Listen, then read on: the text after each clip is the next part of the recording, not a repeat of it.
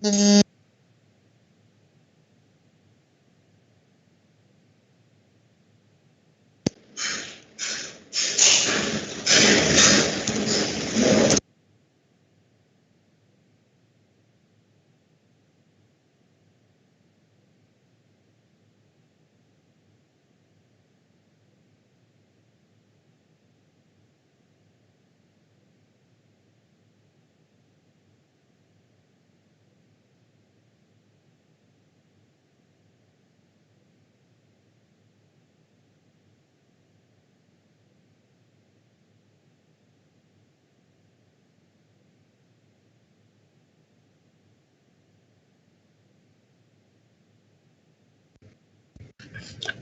ngapain?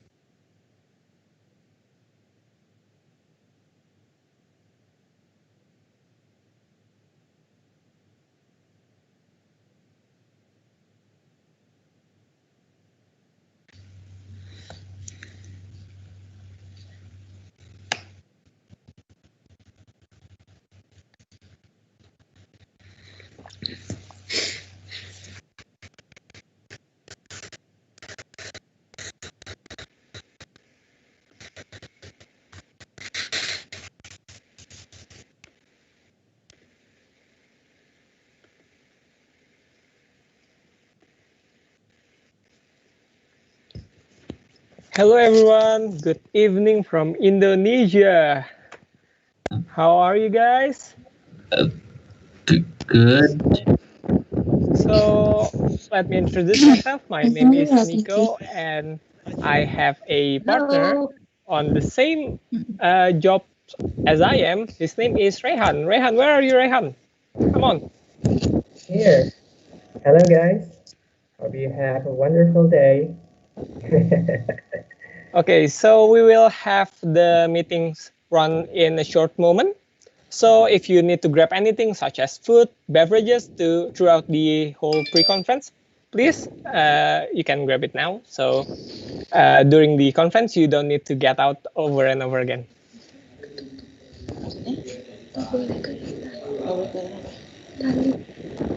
So right now, currently, we have, I think we have over 70.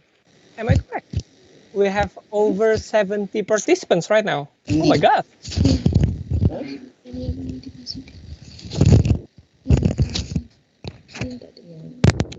We have participants from the USA, we have participants from the UK, we have participants from the Netherlands, Namibia, Malawi, Russia, Germany, Poland, Canada, Taiwan, Sweden, India, Mexico, and Indonesia.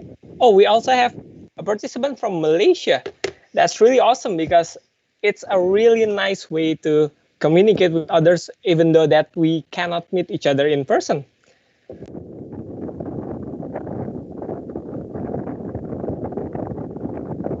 Oh, we have Ireland as well. Amazing. Amazing. We have people from Ireland. So everyone, if you new to this conference, if you don't know what CI is basically this a CI conference. To be exact, is basically this conference where it always being held each and every years in different countries. And in this conference, we as youth we meet each other discussing about environmental environment. We discussing about environment knowledge, and we meet each other about their projects, how to save the nature. So, but because this year we have this whole pandemic thing, we need to find another solution to meet and do this conference. We have participant from Costa Rica. Amazing. Costa Rica, hello. Hello from Indonesia. I hope you have an amazing day as well. Australia. Oh, we have Australia in the house. Amazing.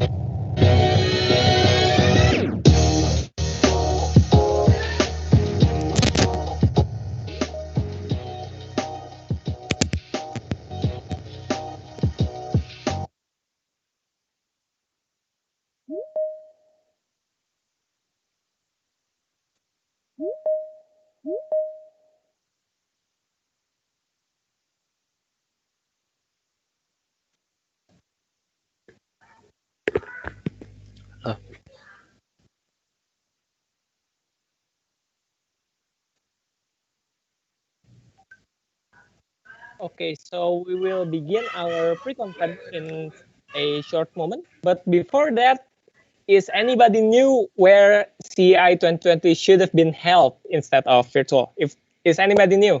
If you knew or if you want to guess, please write on the meeting chat.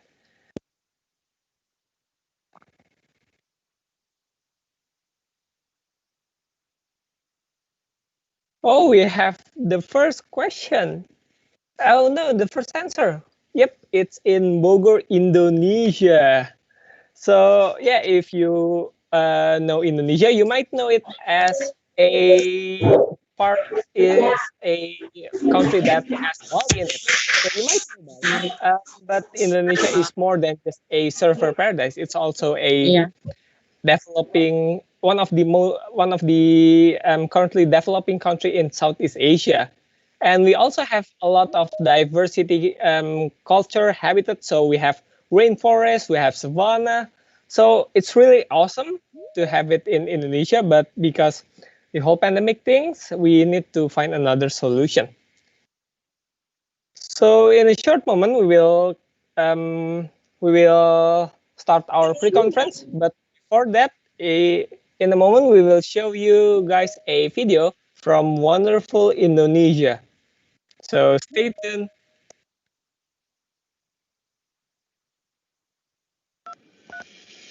Hi, Beth. Yes, Beth. Hey guys! You ready to go? I'm super ready. Yeah, see you then. I'm on my way.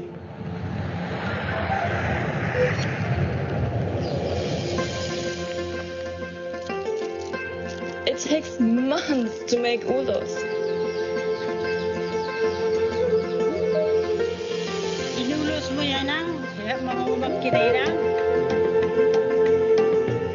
This is the famous Tortor dance.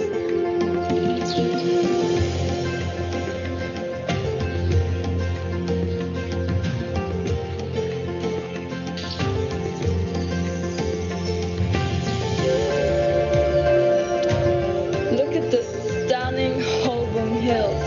Wow.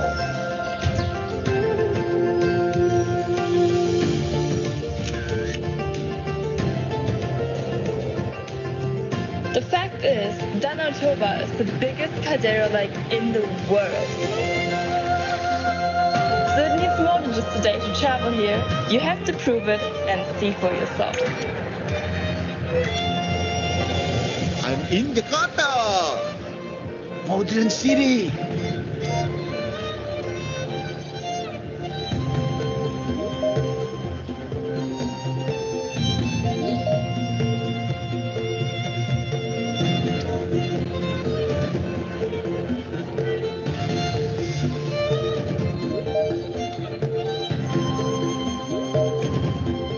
You know, guys, Jakarta has 47 museums that you can visit. Now, I'm going to meet my friend. Wow.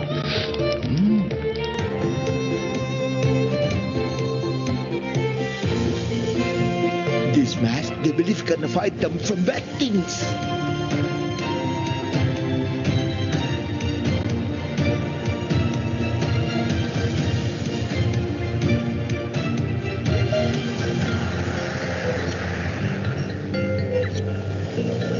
Hello guys, I'm in Malioboro Street. I'm trying to do batik here. Guys, it's called Wayang Kuli, UNESCO World Heritage.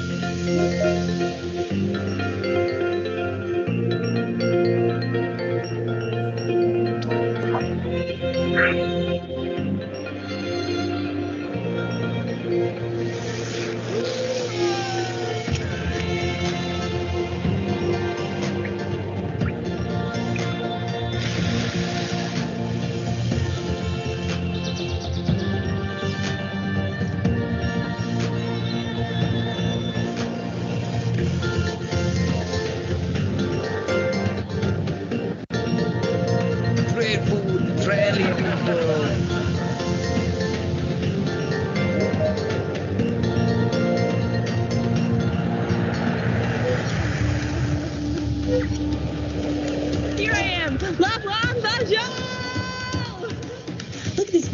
view. Oh, it's so beautiful. The Komodo, the last real dragon on Earth.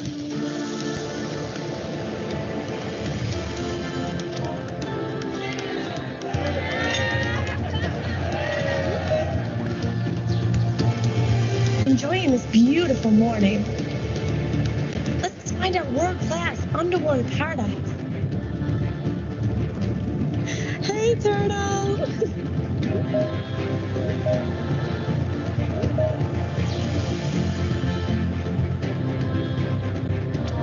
Who doesn't want to roll around in this pink cotton candy sands?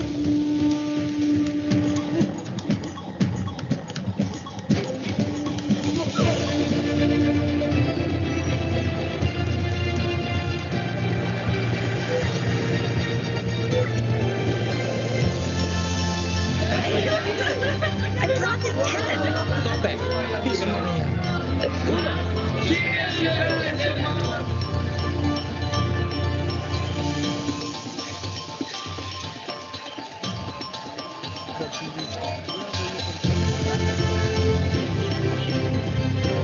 It's the cleanest village in the world. Let's take a selfie.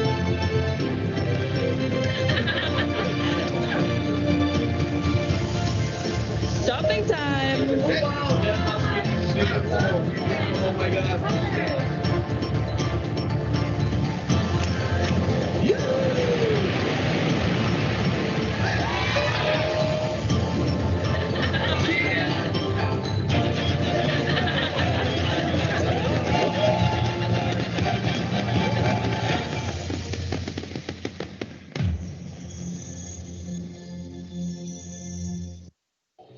Station.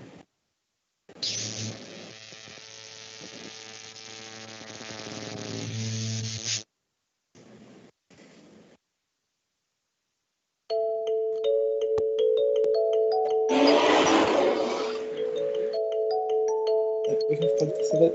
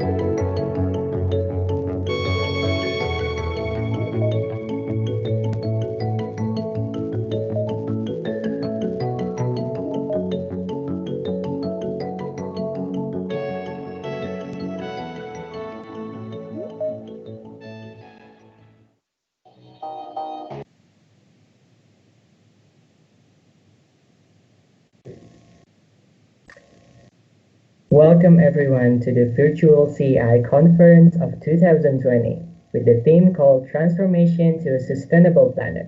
My name is Raihan and my friend Nico right here as well. We will be the speakers for today.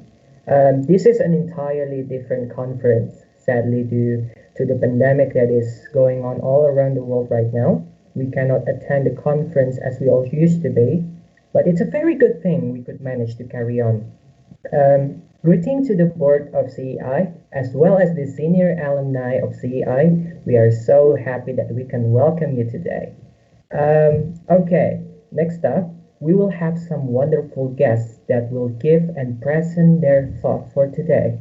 We'd like to introduce Ms. Jo Kumaladewi, Representative of Environment Partnership and Ministry of Environment and Forestry Indonesia, Ms. Karin Warlin from CI Sweden, Ms. Tri Puji Hindarsi, the founder of Sekolah Alam Indonesia, Ms. Nadia Young from CEI USA, and last but not least, Mr. Dandi Zakiasa as the head of brand IASEC International.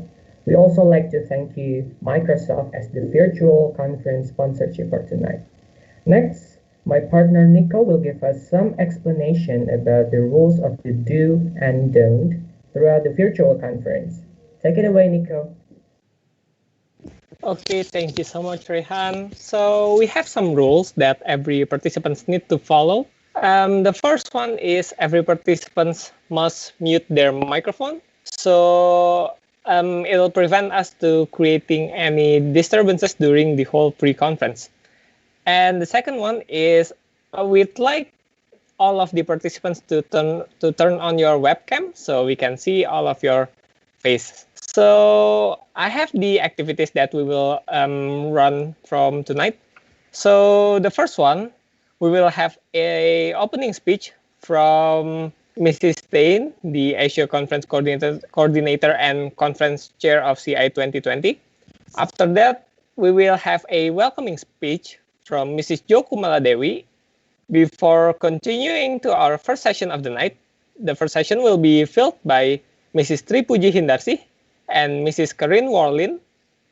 After that, we will take a 3-minute break before continuing our second session with Mrs. Nadia Young and Mr. Dandi Zakiasa. Before we start our meeting tonight, we would like all of the participants to mute their microphone to hear the Indonesian national anthem.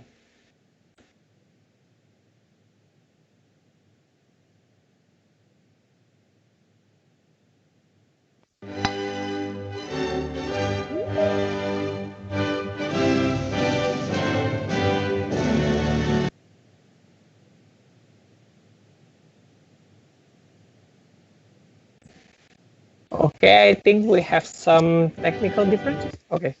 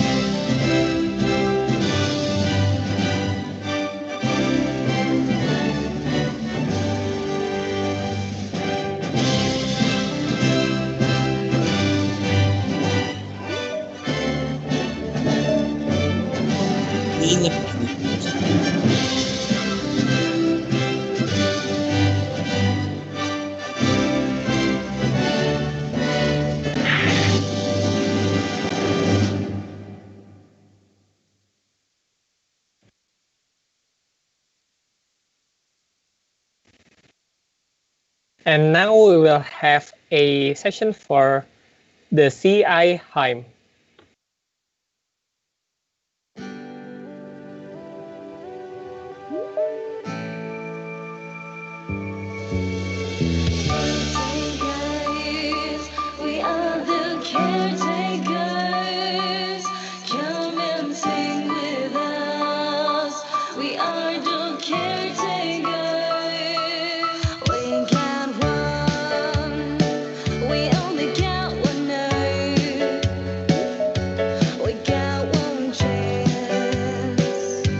To make it better.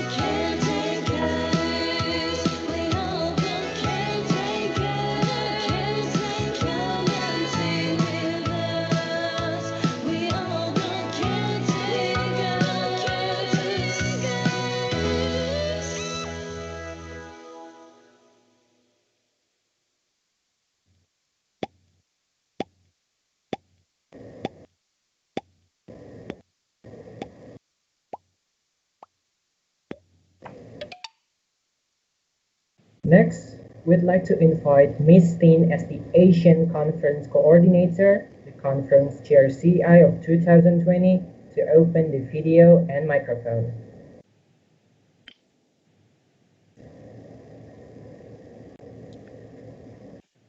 Yes. Hello, Miss Tin. How are you doing? Yeah. Okay. Exciting. Yeah, Miss Tin here. She will share us her thoughts about CEI, its purpose, and now let us hear the opening speech that will be delivered by Miss Tin herself. Or Miss Tin, the time is yours. Yes. Will someone share screen for me?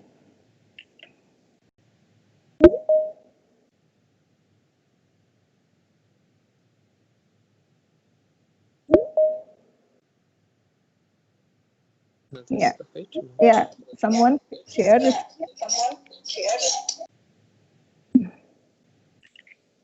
oh.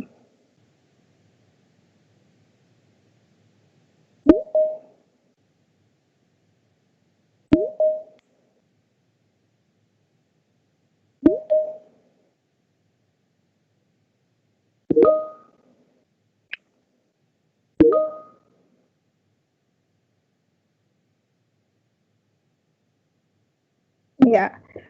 First of all, I would like to I would like to say good morning, good evening, good afternoon for everyone. Welcome to our conference.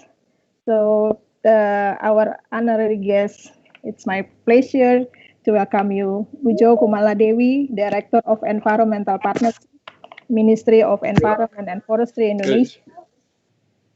Yeah, CI Board International. We have Wayne, we have Dan and Anna Mary. Obert Hosianto, Education Industry Manager from Microsoft Indonesia, all conference speakers, Jana from Senior Alumni Representative, Chair of Senior Alumni Caretakers of the Environment International, and Jaringan Sekolah Alam Nusantara, teachers and students. I think I can share screen.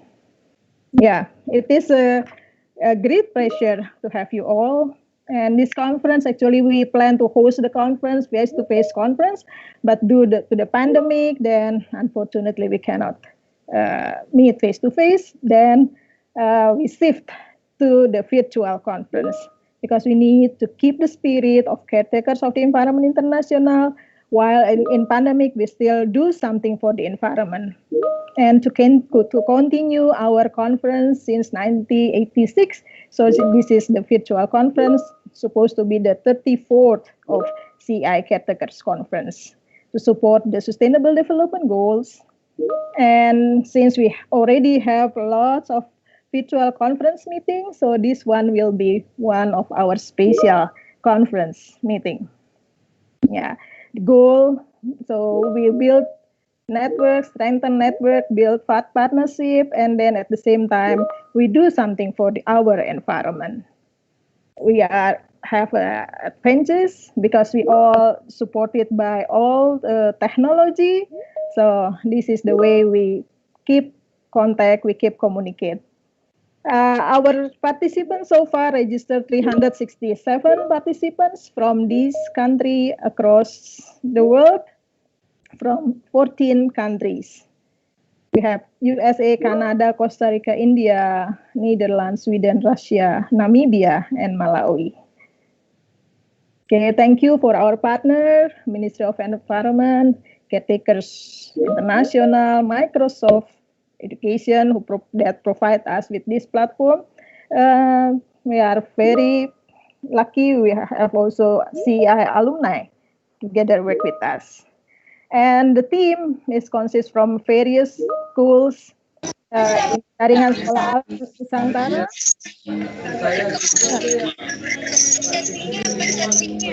I would like to thank to all teams, Annie, Wayne, Calvin, Arman, to brainstorm with us how to make this possible. Also for senior alumni team, junior alumni team, all team, Indonesian alumni team, volunteer team.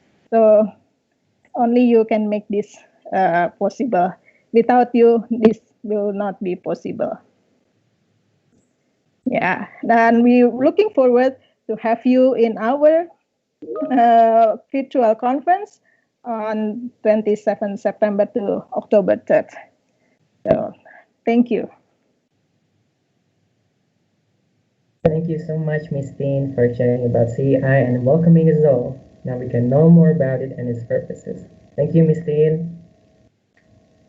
Okay, right now we got ourselves the second speaker.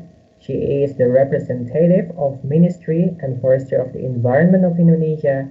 Please welcome Ms. Yo Kumaladewi. Hello, Ms. Yo Kumaladewi. Okay, thank you. Hello. Hello. How are you, Miss? Yes, I'm here. Everybody can hear me? Yes. Okay. Yes, we can hear you, Miss. Yes. I will start Okay. my time. Okay. Yes. Take Yes. it away, Miss. The time is yours. Two representatives from CEI, caretakers of the Environment International, CEI of Indonesia, and from other countries, respected guests, ladies and gentlemen, good morning, good evening, and good afternoon. Best wishes for all. Greetings of virtue. First of all, let us praise and thank the presence of Allah Almighty for the abundance of grace and the joy of all of us can still gather in this place without any barriers at all and in good health. So we still have the opportunity to carry out these activities in the midst of the COVID-19 pandemic as it is today. Distinguished guests, ladies and gentlemen, on these occasions, allow me, on behalf of the Ministry of Environment and Forestry, Republic of Indonesia, to welcome you, all the participants of the 34th caretakers of Environmental International meetings. So, all we know, the environment is a spatial unit with all objects, forces, conditions, and creatures, including human and behavior, which affect nature, the continuity of life, and the welfare of human and other living creatures. The environment is the capital for development, considering that the environment is a provider of allocation, a contributor to natural resources, is a provider of space allocation, contributor to natural resources, a provider of environmental and ecosystem services, and also protections from disaster risk. Protecting and caring for the environment is a necessity because we get various benefits from nature. So in line with the global developments, the governments of Indonesia has long been committed to preserving the environment through policies and various systemic nature protection measures, as well as the environment and harmony with the principles of no one left behind in the Sustainable Development Goals. The governments of Indonesia encourages the National Development Agenda to be more participatory and involves broad multi-stakeholders, both governments and non-governments, including the participants of the younger generations. So, ladies and gentlemen, the world now is currently experiencing difficult time due to the COVID-19 pandemic, which has claimed many lives and changed the social and economic bills.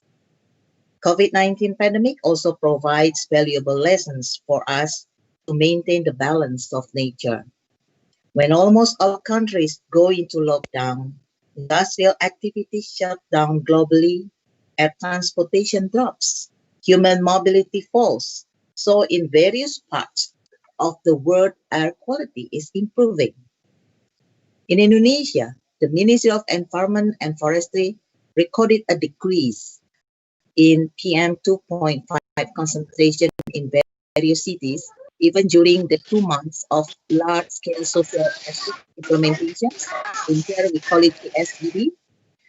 PM 2.5 concentration decreased by 45% in Jakarta as the capital city. Water quality has also improved globally. In fact, the reduction in human pressure on nature has provided an opportunity for nature to repair itself. So, When human life returns to normal, it is hoped that the improvement of environmental quality will not stop along with the increase in human awareness during the pandemic. Therefore, the concept of a new normal now is not only limited to the concept of healthy living style, improving health facilities and sanitation in the workplace, but should be broader than that, with the concept of lifestyle and the balancing way of humans and nature really are. Please understand and appreciate the true functions of nature as a life support system, as a medium, as a production measures, and as a healing. Dear all participants, renewable energy should be an option for maintaining air quality, using environmentally friendly technology in production processes and services, using low carbon energy transportation systems, as well as changing behavior with environmentally friendly consumption and production patterns, using technology for educational activities, offices, trade, communications, and remote work patterns become more effective and become a new life order. I wish we all agree this is where the role of the young generation is needed. As a generation that understands the latest technology, you can play an active role in helping to make any activity more practical, efficient, and environmentally friendly through the creative hands of youth. We hope to spread a new virus, namely a virus of green lifestyle, a virus that cares for the nature and the world community. As mandated by the Minister of Environment and Forestry on World Environment Day 2020, I also invite all parties to strengthen collaboration nationally and globally to continue to carry out efforts to change towards healthy behavior and care for the environment in order to achieve a new balance between humans and nature. Okay, last but not least, I think I have to stop my welcome speech because everyone's already waiting for the later. I would like to express my highly appreciations to the organizer and all parties who involved in the 34th conference of CEI, who have shown serious concerns and high dedications in environment protection and management efforts and in a sustainable manner. Have a good discussion and enjoy the conference. Hopefully, all parties can work together to produce beneficial outputs to human life and sustainable nature conservation. May Allah always protect us and bless this event. Thank you. Assalamualaikum warahmatullahi wabarakatuh. Waalaikumsalam warahmatullahi wabarakatuh. Thank you, Miss Jo, for sharing with us. I hope you have a pleasant day. Thank you. Thank you so much. Okay, so we're moving on to the next session where there will be another amazing speakers. This time it will be delivered by Nico. Please, Nico, take it away. Okay, thank you, Rehan. So we are moving on to our first session of the night. Each session will run for around an hour, and in every session we will have a 15 minutes Q&A session. So everyone that wants to ask any question to the speakers, please write it on the comments so our team can pick some of those comments to be fitted into the Q&A session. Okay, so our first speaker for tonight, she is the founder of Sekolah Alam Indonesia, and she is also the author of a book, Character Building. She will talk us about the 7 Green Principle. Please welcome Mrs. Tri Puji Hindarsih.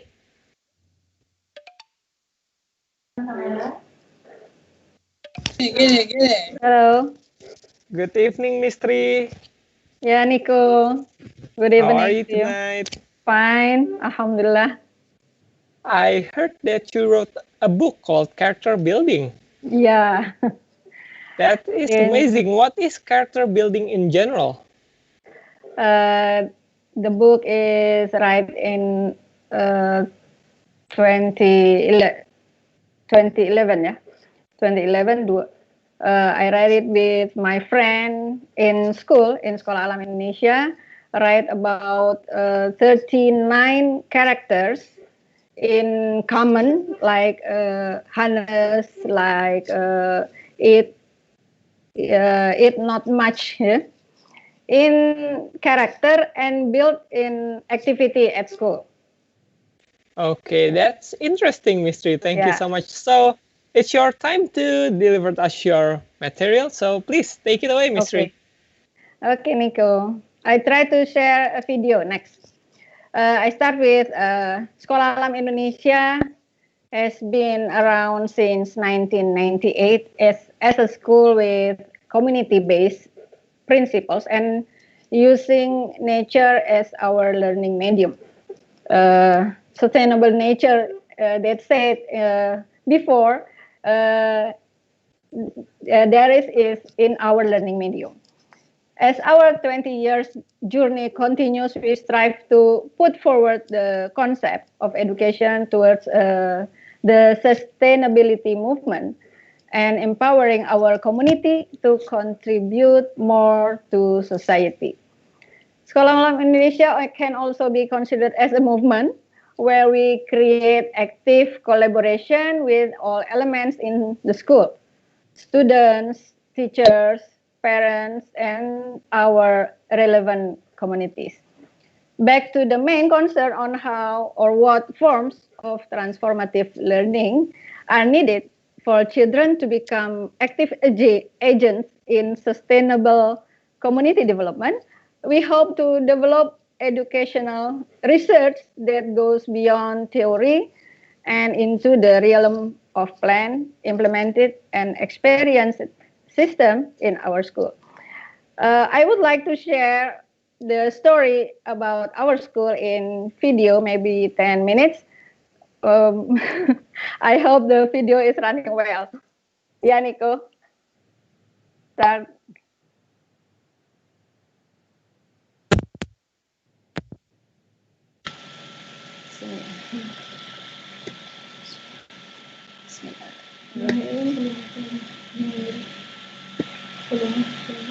Yeah.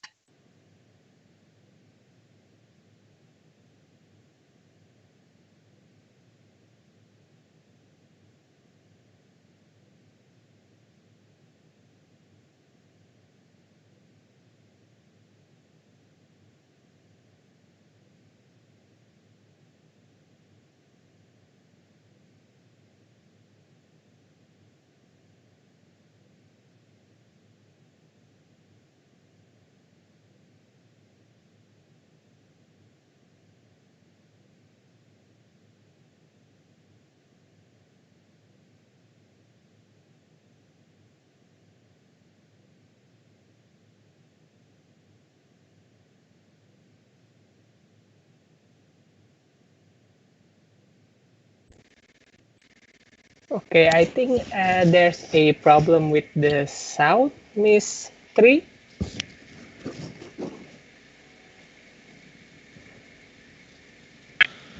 Sorry. Sorry, Nico, we have to share again, maybe.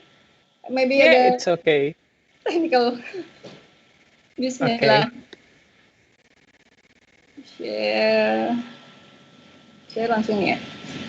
Ini dulu ya. Bismillahirrahmanirrahim.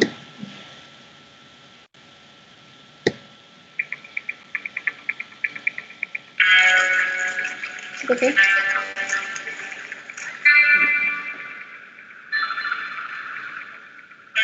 Alam di Indonesia ini sangat menarik untuk didatangi, dikunjungi, dijadikan bahan eksplorasi oleh seluruh elemen masyarakat, termasuk di dalam dunia pendidikan. Sekolah Alam Indonesia ini termasuk salah satu dari yang sangat concern dengan alam yang ada. Salah satu dari sekolah alam yang memang memanfaatkan alam seluas ini sebagai laboratorium raksasa. Bahan eksplorasi pembelajaran semua dilakukan di alam yang ada. Alam juga kita manfaatkan untuk membangun sikap mental, karakter dari anak-anak didik untuk lebih dekat kepada penciptanya. Makin kuat agamanya, sehingga bukan menjadi orang yang kedepannya akan merusak alam itu sendiri.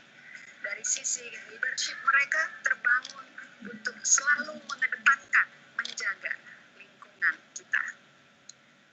Termasuk di dalam proses pembelajaran yang membangun pola pikir. Daya pikir mereka terbangun dengan semakin sering mengunjungi alam yang seluas dunia dan seisinya. Sehingga semua aktivitas yang dilakukan ini pada hakikatnya adalah aktivitas pembelajaran. Fun learning is our activity. Karena itu, pembelajaran di alam ini juga membangun pembelajaran yang sangat menyenangkan buat anak didik dan buat fasilitatornya. Belajar tidak hanya dilakukan di lingkungan sekolah yang ada, yang pasti terbatas. Di lingkungan ini hanya sekian meter, di sekolah yang lain juga hanya sekian ribu meter. Gitu. Tetapi bumi yang terhampar, alam yang ada, itu adalah belajar bagi kami. Belajar yang kami maksud adalah justru lebih banyak kami lakukan di luar lingkungan sekolah. Outing is our best experience for every class. Alam yang dikunjungi menjadi belajar buat kami. Dengan kondisi yang seperti itu, sehingga proses belajar mengajar anak ini membutuhkan lingkungan yang sangat mendukung, orang tua yang sangat support pada kegiatan-kegiatan belajar yang ada. Sehingga kami mengacu pada sekolah yang berbasis komunitas untuk melibatkan peran semua orang tua dan seluruh elemen masyarakat untuk bersama-sama membangun sekolah alam Indonesia.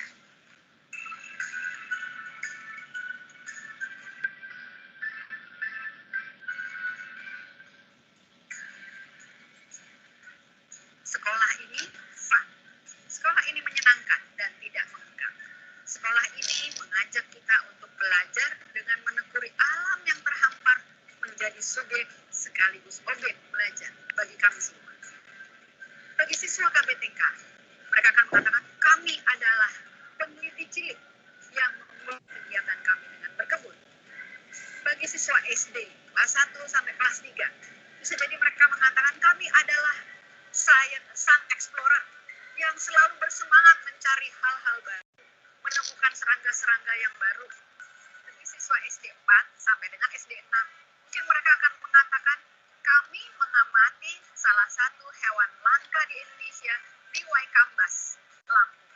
Namanya badak. Bagi siswa SL, selevel SMP gitu. Bagi siswa SL 7, mereka akan mengatakan kami adalah petualang yang mengunjungi ujung timur bumi Nusantara Indonesia untuk mengajak masyarakat bersama-sama dalam menjaga alam Indonesia. Bagi siswa SL 8, kami adalah peneliti muda yang peduli dengan permasalahan lingkungan, apakah itu air bersih, polusi udara, sampai green energy. Bagi siswa SL 9, kami adalah sang penjaga kearifan lokal Indonesia dengan mengajak masyarakat Indonesia sama-sama menjaga warisan nilai-nilai luhur bangsa. Kami adalah siswa SMA SA Ibres. Kami adalah sosialpreneur yang berusaha memberikan kontribusi terbaik bagi masyarakat Indonesia.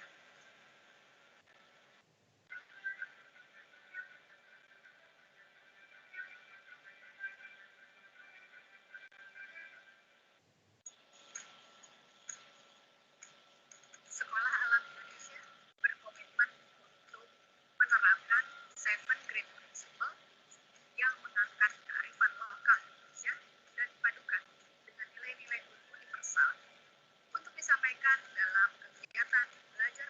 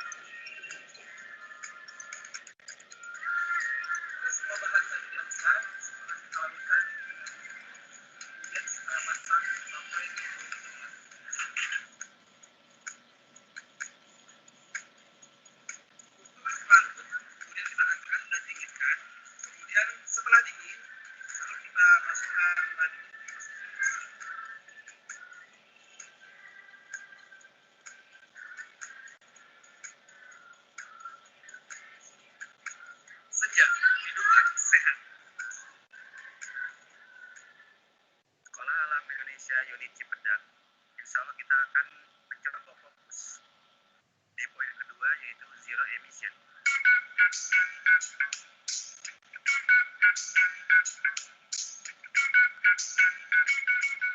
Pelan-pelan kita berusaha sedikit demi sedikit mengurangi emisi gas beracun yang bertebaran di udara kita yang sehari-hari kita hirup. Karena udara segar yang kita hirup adalah sebuah kebutuhan bagi tubuh kita sehari-hari. Dan zero emission salah satu langkah solutif mengatasi pencemaran udara di muka bumi. Tentunya menjadikan ekosistem di muka bumi ini tetap terjaga dan lestari. Contohnya dengan bersepeda dan jalan kaki. Insya Allah komunitas sekolah Alumni Cei berusaha terus untuk mengurangi emisi gas beracun dengan dua cara yang tadi. Lakukan apa yang kita bisa lakukan sekecil apapun, itu adalah bagian kontribusi kita untuk bumi tetap lestari dan keberlangsungan peradaban di muka bumi. Assalamualaikum warahmatullahi wabarakatuh.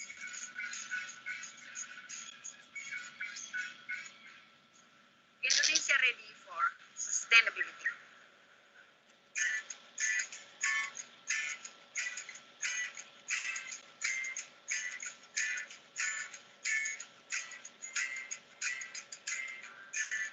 Sekolah Alam Indonesia merupakan salah satu sekolah yang berusaha menerapkan green principles dalam pembelajaran.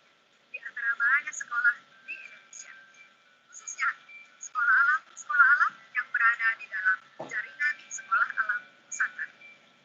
Dengan mengajak lingkungan sekitar, orang tua di dalam komunitas, dan sekolah-sekolah atau wilayah-wilayah yang kami kunjungi, kami berusaha bersama masyarakat seluruhnya untuk menyebarkan green principles ini. Bersama-sama menjadikan kami yakin dan mampu berkata bahwa Sekolah Alam Indonesia not just a school, it's education movement.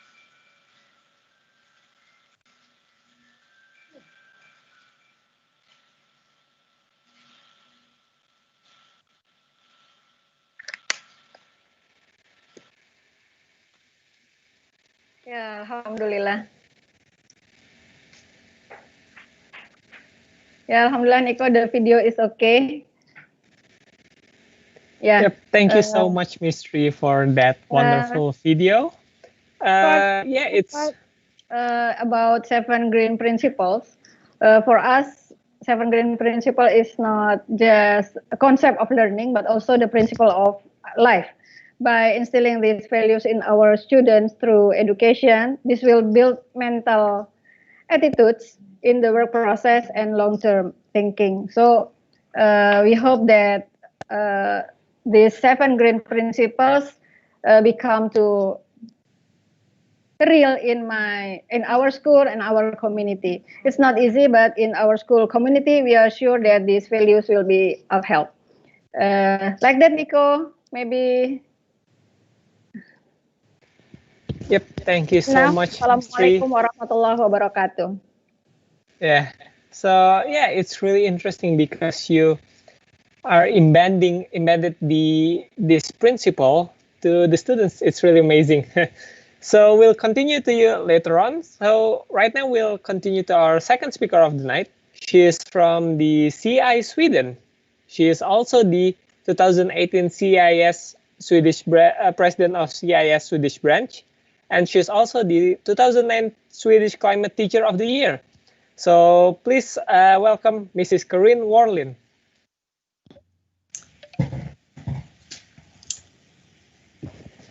Mrs. Corinne. Yes, hello. Hello. Thank you so much. And let me first say a big thank you for letting me be one of the guest speakers of this pre-conference today. I feel very honored to be that, so thank you. And as you said, I am a high school teacher from the small city of Landskrona, which is in the south of Sweden. And we have been working with something that we in Swedish call the green flag for some years now. In English, it's called Eco School. It's a big organization behind it. And I also have to say that I am not working for the Eco School, but I'm working with that tool. And today I will tell you how myself and also my students and colleagues and staff at the school have been working with Echo School. So I will share with you a PowerPoint. So I hope that that will work now. Here we go. And I will, so this is the name of my school. It's called Öresundsgymnasiet in Landskrona in Sweden. And Echo School, first a little bit about Echo School. There are different national branches today. And as you can see here on this map, there are many different national branches in the world. But even if there is no national branch of Echo School in the world now, it's possible to start one. And there are also other ways to use the Echo School tool to work for a sustainable future. And here is a little bit more about it. The Echo School was started in 1994, so it's more than 25 years that it's been going on. And it starts in the classroom, and it starts with very hands-on activities that are decided in the local school by the students and teachers together. And then it expands to the whole school and to the local community. And as you can see here, it involves both students, teachers, staff, and the local community. Here is something that I have borrowed from the international website for Eco Schools.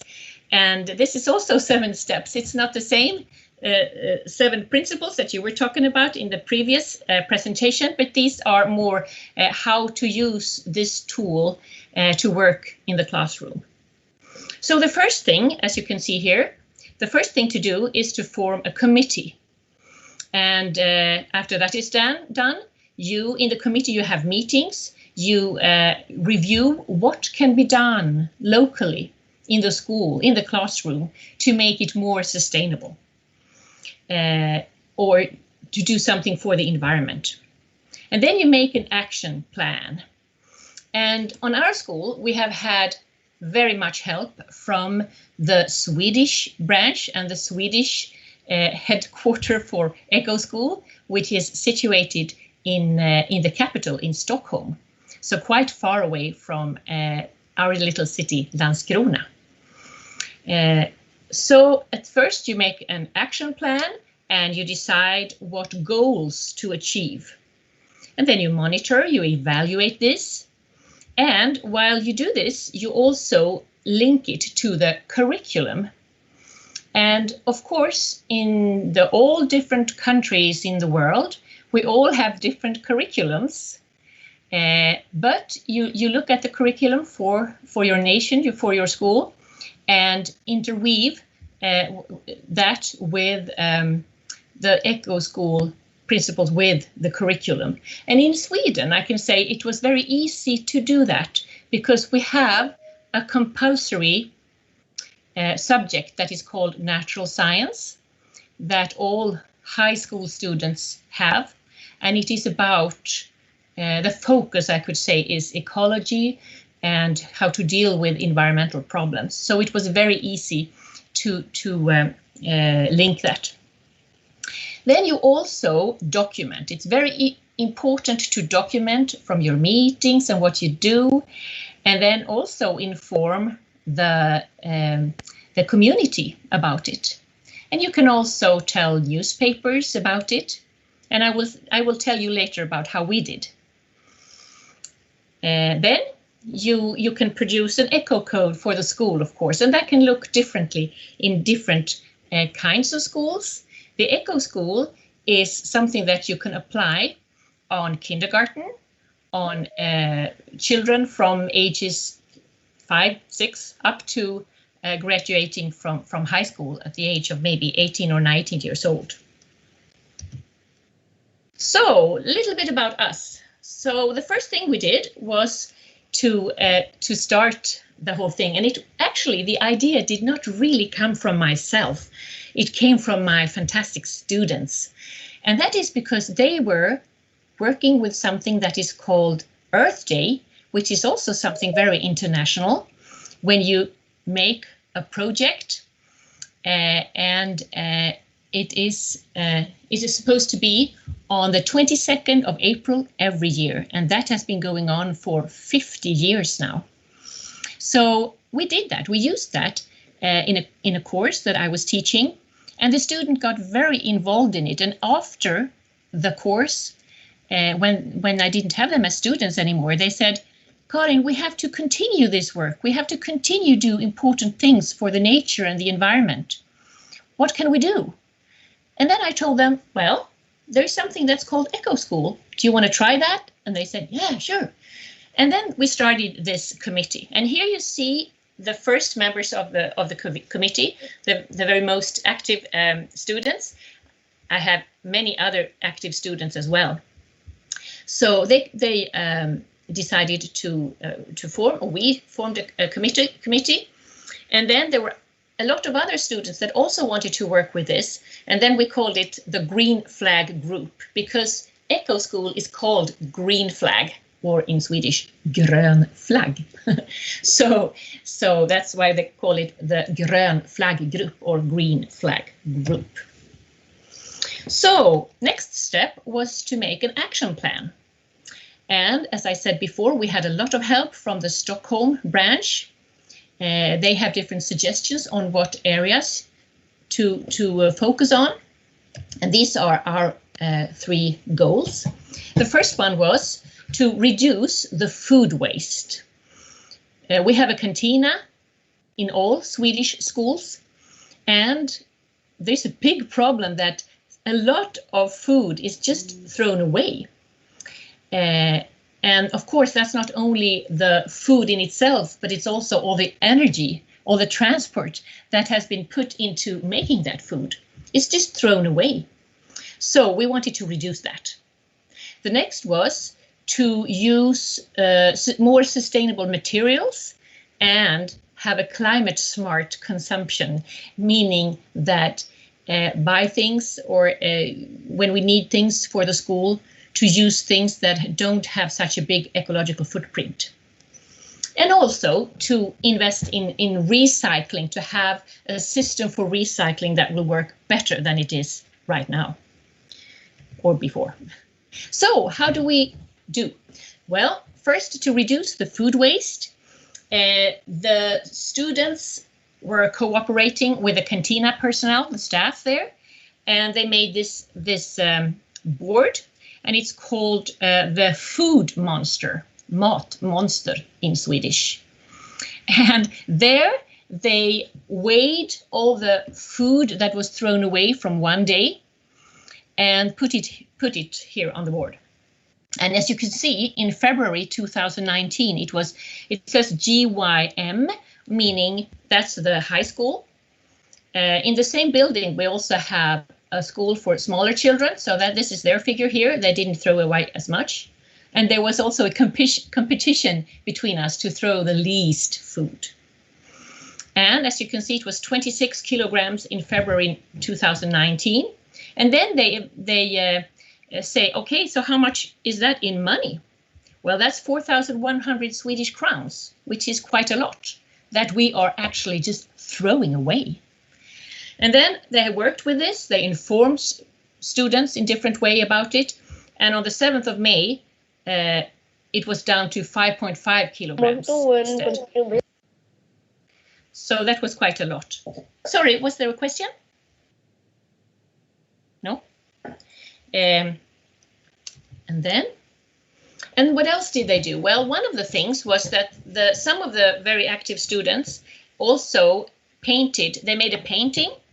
This is the painting, and it was also made into a really big painting, several meters big, and they put it up in the cantina right across from where you throw away food or where you don't throw away food.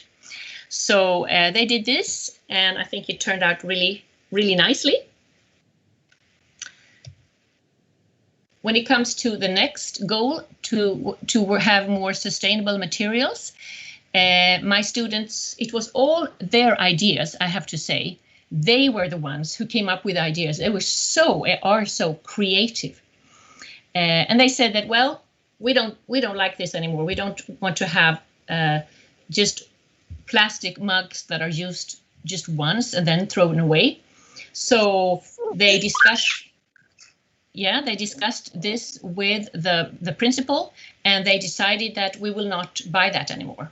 Instead, we buy from paper, which is maybe not the very best. I mean, maybe it's best not to throw them away at all. We do have on our meetings, we have plastic bags that we use for many years. So we don't throw them away at all. We just dish them. And then an important thing is to educate all students and staff about this. And there's so many good and creative ways to do that nowadays. And an important thing is to not have too big goals, but to take small steps towards the different goals. Investing in recycling, another goal. Garbage is a huge problem all over the world. We all know that. And we have to reduce it by circular thinking, by recycling instead. And then, so we talked also again with the principal, and this is what they bought, these recycling bins for aluminum cans and for PET bottles. And in the staff room, they invested in this, which have different fractions for metal, for glass, and so forth. And the important thing in installing this in the school is to not have one extra that says others. They didn't have that. This little one here is just for coffee filters. So it's not, there's no one that's called other garbage. And that way you just have to sort all the garbage. And so that was done, and that works very well. And then they also decided to have fun competitions. We have a TV, an intern TV in the school, and there we can put up different messages and have competitions for all of the students in the school. And the prize was movie tickets. And there was a quiz about garbage, for instance. There was something that's called Trash Tag Challenge, which is also international. And I will show you the winners of that. Here they are. So on this picture, they have picked up many different, many cigarette butts that they found outside the school. And here the trash tag challenge is, it's called this. It's then first you take a picture of some place, maybe in the nature, maybe in a city, and then you pick up all the trash and you sort it instead and take a picture. And then you hashtag it with trash tag challenge and make it into a competition. And then it's this thing with documenting and also spreading information about it. And my students have been very active on Instagram, and they have their own, I will show you later, their own Instagram account. And here is from a local newspaper, an article about two of the very active girls. And it's about how they work with Earth Day. Here is about Earth Day, but it's also been lots of different articles about their eco school involvement. And here is another article, and this is a picture from the City Hall, because my students, they collaborated also with the municipality and were invited to give a presentation about their eco school work for other teachers from different schools in the city, and then they were also, I will tell you about that later. So we have had collaboration and cooperation with the city also and the municipality. So this is their account on Instagram. It's called, and you are welcome to go in and look at it. Of course, a lot of things are in Swedish, some is in English, but you can see little films there also. And so this is what it looks like. And then they're also on Facebook. Yes.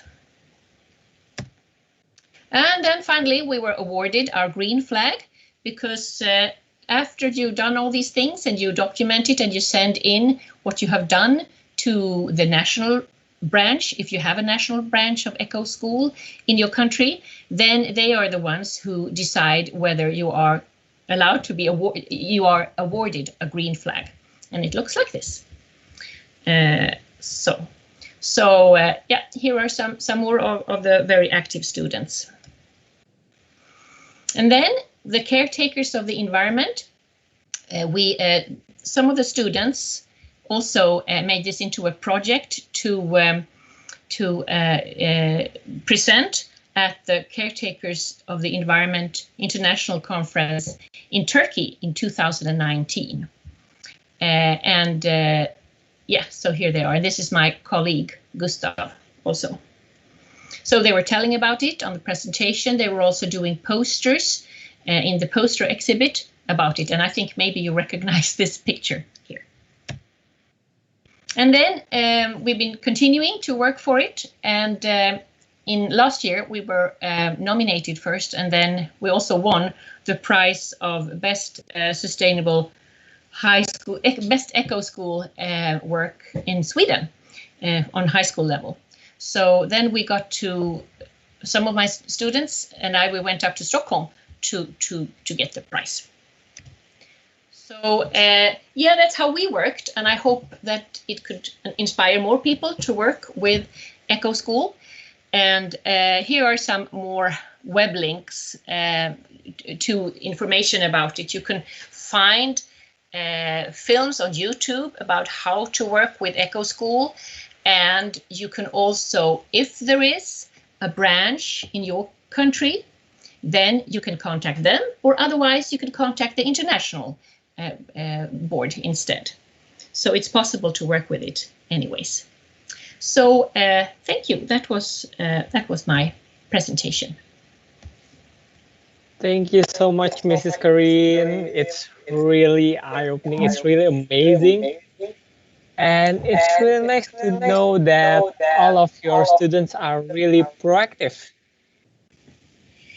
Yeah, they have been fantastic in coming up with ideas.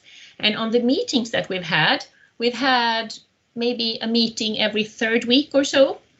And sometimes I've said, well, let's wait for a month until the next meeting. And they say, no, we have to have a meeting before that.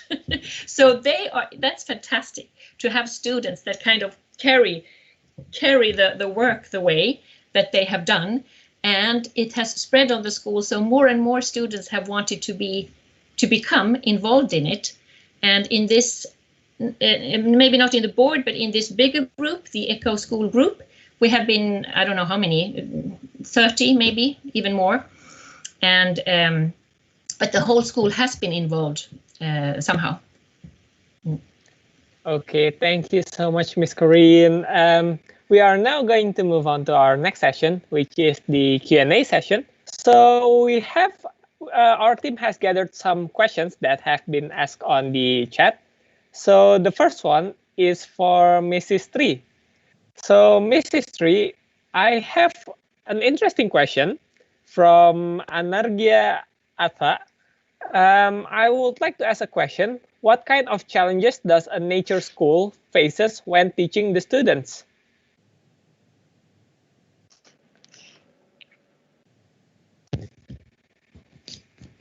Ms. Tri, can you hear me?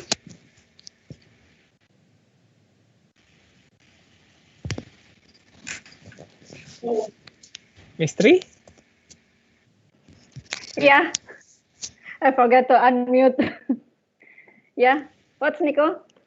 Yeah, I have a question, a quite interesting question from Anargia Atta. What kind of challenges does a nature school faces when teaching the students? Yeah, during my early teaching experience, the curriculum about nature, about sustainability, it's not common in every school in Indonesia. So we must explain to every parent that come into our school what is Sekolah Alam Indonesia means gitu. Why alam? Why Sekolah Alam Indonesia? Why going to planting something or going out there to Indonesia to reach the other part of Indonesia, to go to Lampung and to go to get outing experience. We have to explain this to every parents that come to our school, and they really like, because this is not a common in Indonesia. Just maybe in our school and every school that Sekolah Alam in Jaringan Sekolah Alam Nusantara, maybe common like that. That's it, Nico. Okay, thank you so much, Miss Tri. Yeah. So, yeah, that's a really interesting answer. So we have a second question for Mrs. Corinne. So, Miss Corinne, we have a question from Anargia Atha as well. How does the school keep up with the country's other school? Sorry, how does the school? How does the school keep up with the country's other school? With the countries of other schools? Is that how, do I understand the question right? That yes. How does our school, if we have contact with the other schools that are working with Echo School, or do you mean other schools in different countries? I don't know in general, but I think if you I can say just generally, yep. Yeah. Well, we have, when it comes to spreading to other schools in our city, we have, as I told you, they started working with the Earth Day, which is something very international too. And we have done that for 11 years now.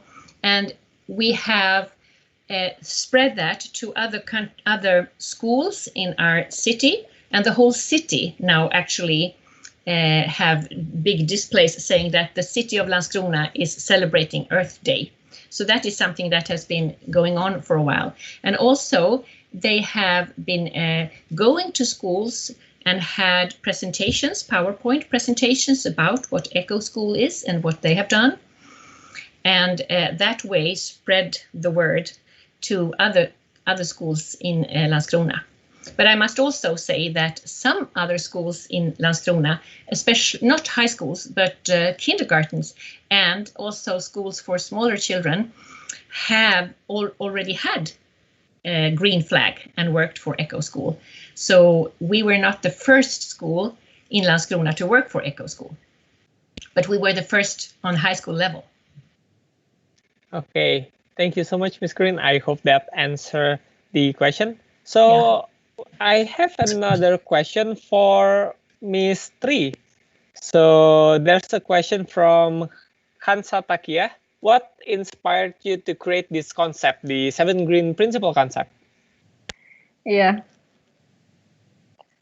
I would like to answer this with introduction that 7 Green Principles with stories from our school activities in our 20 years journey, maybe.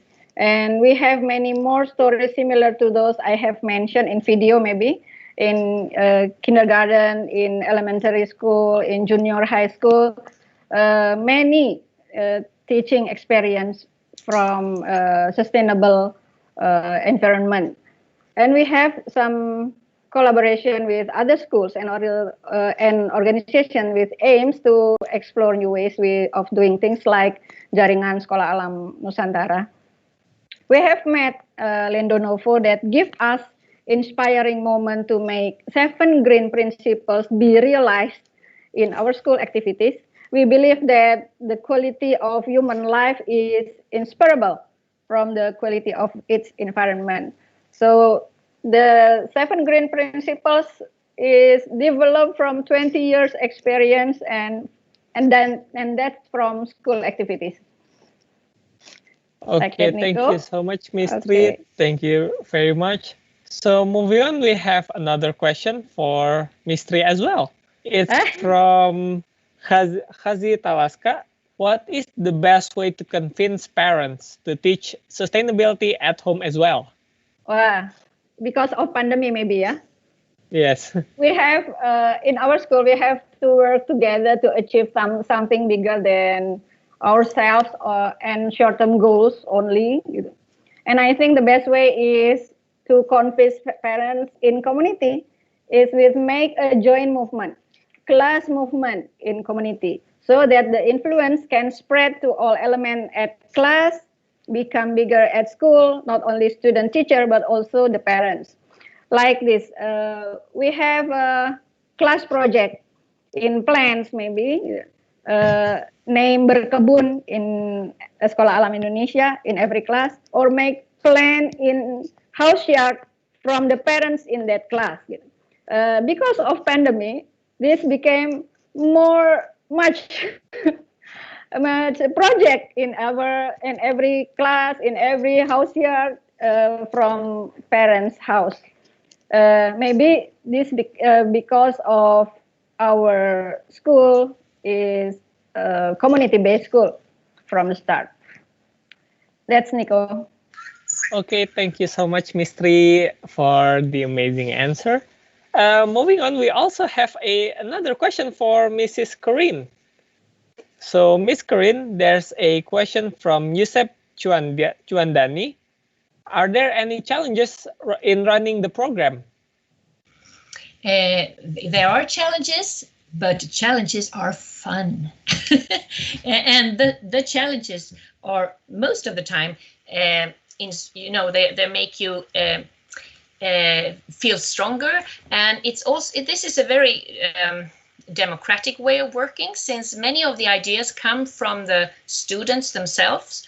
And by working with this, putting up an action plan, having goals, taking contact with the staff, with principals, with the municipality, with newspapers, they also get a feeling of, wow, I can do this. I can actually make a change. So there are challenges, of course, but many of the challenges are good challenges. One thing that can be hard is to involve colleagues. And previously, it has been difficult, I think, to involve colleagues. But the last few years, it has been a lot easier. And also, with a principal that is interested in things like this, it also makes it a lot easier. And I understand now, maybe one of the other question, it could be that having contact with schools internationally, and maybe I should also absolutely mention that one of the things that we've been working with is to have an international, to have contact with other countries. And we have had a collaboration together with, it's Miss Steen, who has helped us to have contact with 2 different Indonesian high schools, one in Sumatra, and the other one was, I think, in Bali, wasn't it? And we have had Skype meeting or video conferences with each other, discussing different things, and some things about ecology and environmental things too. And that has also been very fun. So that was the first question. Now back to the second question. Challenges, yes, but some of the challenges are fun. Okay, thank you so much, Miss Corinne. So I have another question as well for you. It's from Ika. Can I have the explanation how to manage food waste and organic waste at Eco School, and the possibility to produce energy from the waste? That's a great suggestion, to actually have to do that. We haven't done that. We do sort the food into, and we have organic waste and other kinds of waste, of course. And the organic waste goes to, in the city, they do use it for making methane, which has been running some of the buses, and now they have all the buses in the city of Landskrona are actually electric now. So that's a good thing, and they use that methane for other kinds of. They use that energy for other things, but we don't do it ourselves in the school, if that's what you meant, what they meant. But that's something one could work with. Okay, thank you, Miss Corinne. We actually have a couple more questions for you, if you don't mind. So another question for you is from Julian Buchan. I'm sorry if I mispronounced that. The question is inspiring to see how active your students are, Corinne. Is there enthusiasm spreading to other students and school in the area as well? Yeah, yes, I would say that it spreads. Yeah, it spreads to since they have been talking to both teachers and sometimes students also in other schools. It's spreading, but they haven't really had time to go to so many different schools and talk to them the whole time.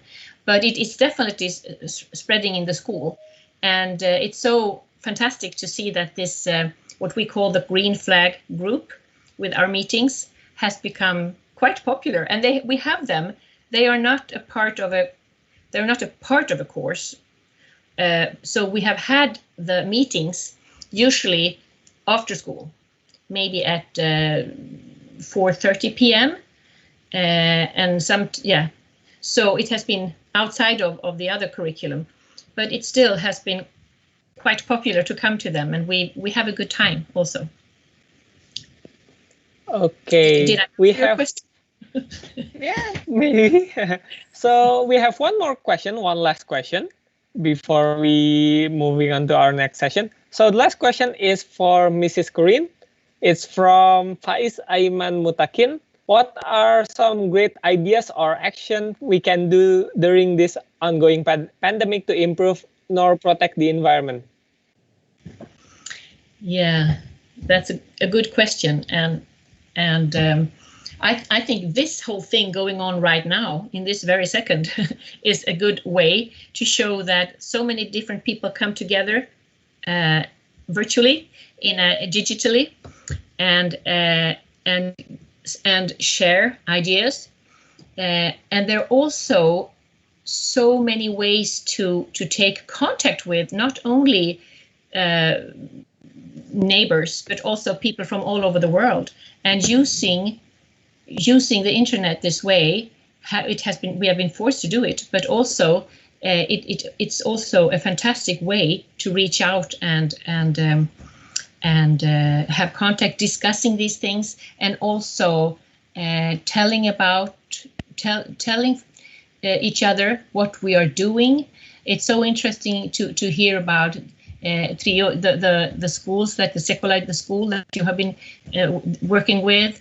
And I know I have a friend who has also been very active.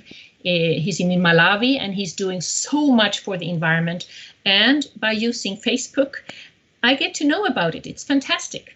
So my advice is it doesn't have to be big things, but to do small things, to look up information, to look up, for instance, competitions like the Trash Tag Challenge, or just going, if you're allowed to go out to a shoreline, to pick plastic garbage that is there, take a picture, send it out on the internet, and inspire others to do the same thing.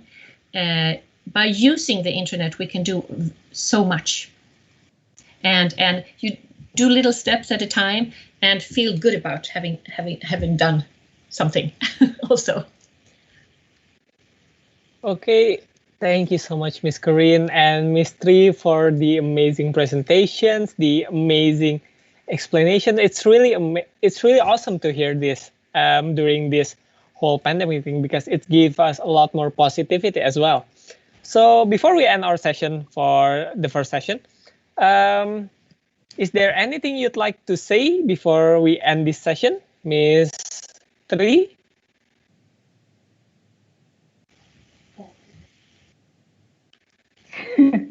Yeah, from this conversation or this section talking about the educational role in the sustainability movement, we mostly talk about hope, how we instill and cultivate a positive mindset of hope to our children and society, especially related to a future sustainable world. We must forward the message of hope to our children despite all the awful circumstances, that happened today. We can do it. We cannot do it alone. Means we need to collaborate and synergy. We need to bring more people and organizations into collaborate and share the work, like Karen maybe, and that is why we are focused on finding and growing our supportive communities, actively involved in many ways we can. It is important to cultivate a sense of responsibility as early as possible in our educational community. Start with a little child and more big, and get ourselves ready to start a comprehensive plan, implement, and innovate together. I'm happy to in this forum and learn from Karin's share about Eco School, and maybe next collaboration with Karin in Eco School. Maybe Karin, see you. Maybe, yeah. Thank you. Thank you. Okay, thank you so much, Miss Tri. Miss Corinne, do you have anything you'd like to say before we end this session as well? Yeah, I can just stress this thing that I was saying before also, that it's been said before, we live in a very special time right now, and the corona pandemic has forced us to work much more digitally. And this pre-conference, of course, is a good example of that. But let us remember that it is fantastic that it's possible to connect this way.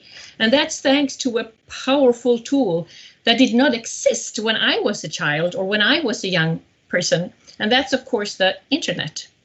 So please use this powerful tool to learn, to be creative, to influence, to inspire each other.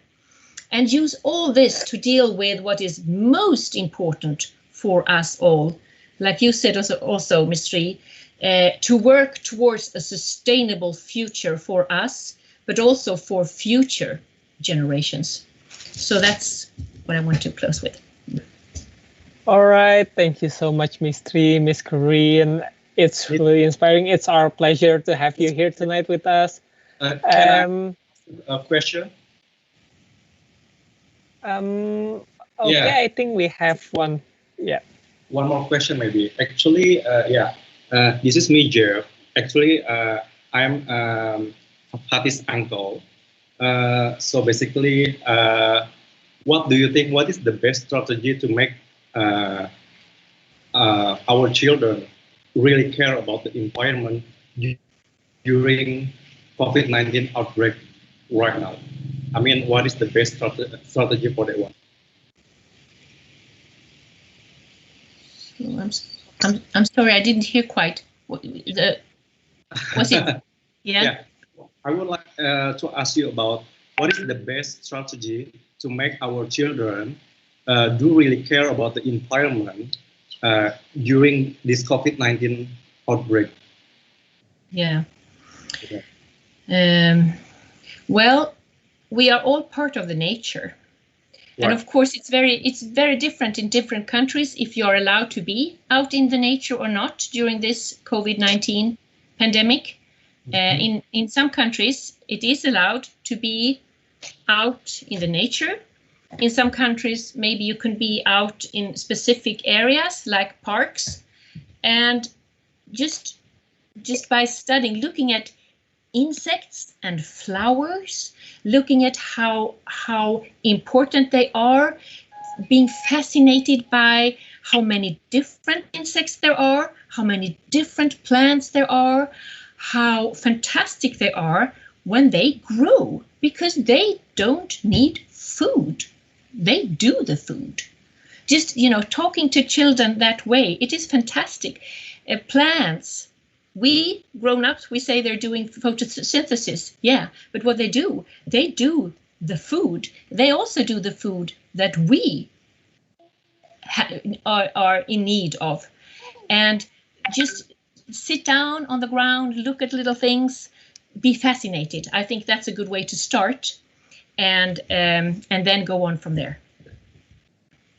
Okay. Thank you so much.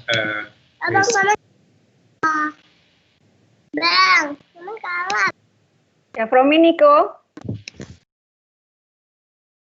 Hey, thank you so much for Ms. Corinne. So that that'll be the end of our first session of the night. Okay. Thank you. We will take a 3 minutes break, so you can sit back, relax, and during the break we will have a performance from the Orchestra Music School in Yogyakarta. So I'll see you again in 3 minutes. Thank you. Thank you.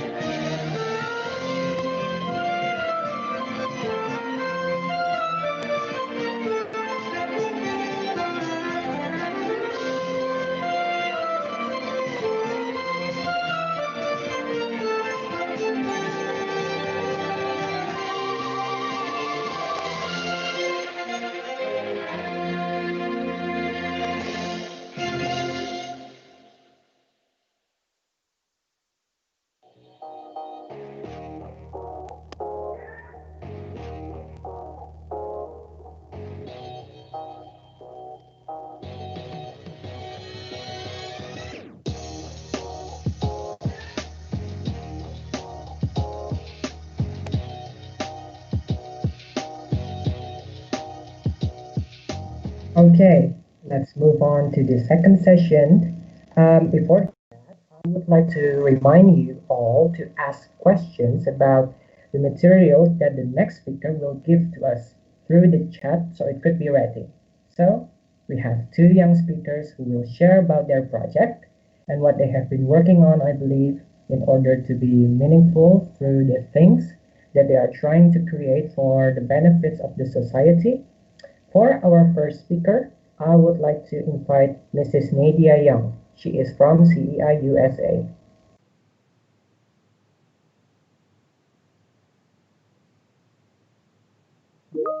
Hello, Mrs. Hello. How are you doing? Good. How are you? How are you? Hope you are very good and well. Thank you. You as well. Okay, so Mrs. Nadia, we are very intrigued to hear a lot about your current project, and I believe you have prepared a video that you're going to show us today. Yes, I am. Okay, then let's see to it.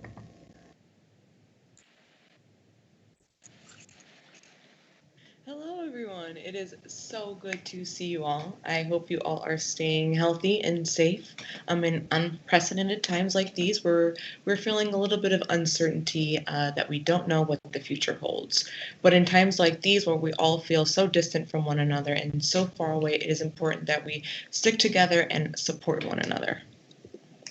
For those of you that don't know me, my name is Nadia Young. A few facts about me. I am the mother of a beautiful baby girl, Eliana. She is 11 months. My father is Calvin Young, for some of you that may know him. He is the alumni advisor. He actually went to the second conference in 1988 in Spain, and he kind of set the bar for the possibilities when it comes to our responsibility as a caretaker. He raised me to always feel like my role in life is to sustain the planet and continued to remind me of that importance of that role. My mentor is the wonderful and genius Wayne Shemp. He was actually my father's high school teacher, and he became my mentor and helped me understand what it meant to present and what it means to be a caretaker and how I can use those tools and his support to become the alumni leader that I am today. So yeah, like I said, I am a part of the alumni. The alumni's role in caretakers is to coordinate and lead the senior alumni network by ensuring continuity and sustainability of alumni and the caretakers brand for the future. I am the social media coordinator actually, and my responsibilities involve focusing on things that need to be shared in order to increase conference awareness. That includes planning, implementing, managing, and monitoring CI alumni's social media strategy plan. All Instagram and Facebook information regarding the 2020 alumni and the virtual conference was written thus far by me, and I will be live streaming throughout the conference I'm a CI on Instagram and Caretaker Alumni on Facebook. I'll drop the links to those social media handles down below in the comments. And I would even suggest checking out our website, alumnici.org. Features loads of great information. We have a forum where you can post anything related to the environment. You can ask questions, post book recommendations, really whatever conversation you want to start having. And then we also have a blog where we'll be posting information regarding future conference 20 virtual conference. So yeah, currently I am a university student. I go to the University of Illinois, Chicago. I study urban planning and intersectional communication. I did a project as alumni regarding urban sustainability. This was at the 2017 conference in Oregon. I have the hopes to eventually work in urban environmental facilitating in order to increase inner city access to local produce and encourage more environmental studies in primary education. I attended my first conference in high school the year 2013. My third conference in Portugal was when my involvement in sustainable cosmetics began. My high school project highlighted one of the damaging ingredients featured in body and face wash, as you can see in the Aveeno Clean and Clear Deep Clean Face Scrubs. They found a lot of these microbeads, also known as polyethylene, in these products. They were advertised as an exfoliant, a natural exfoliant that can deep clean and get underneath the surface. But what buyers did not know is that these microbeads, the polyethylene, would never dissolve. I was curious as to how they were removed out of our waters, and I went to my local water reclamation center, and was soon to discover that these microbeads don't dissolve at all.